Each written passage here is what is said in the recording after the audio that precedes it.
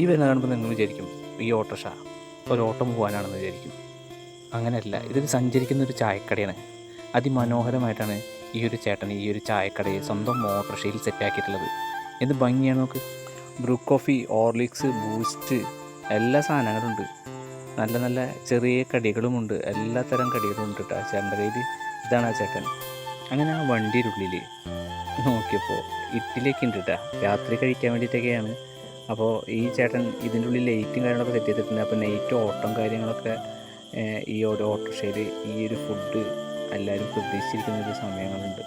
ആ സമയത്ത് ആ ചേട്ടൻ ആ ഏരിയയിലെത്തും.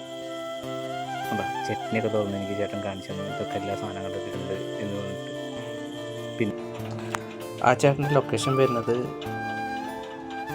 തൃശ്ശൂർ ശക്തൻ സ്റ്റാൻഡിൻ്റെ അവിടുത്തെ ആ പട്ടാളത്തിൻ്റെ അവിടെയൊക്കെ വെച്ചിട്ടാണ് കണ്ടത്. ചേട്ടൻ ആ പരിസരത്ത് കൂടെയൊക്കെ ഉണ്ടാവും എപ്പോഴും. അപ്പോൾ ഇനിയെങ്കിലും ആ ചേട്ടനെ കാണുമ്പോൾ എല്ലാവരും ഇറങ്ങിയിട്ടൊരു ചായ കുടിച്ച് ആ ചേട്ടനെ സഹായിക്കുക, സപ്പോർട്ട് ചെയ്യുക.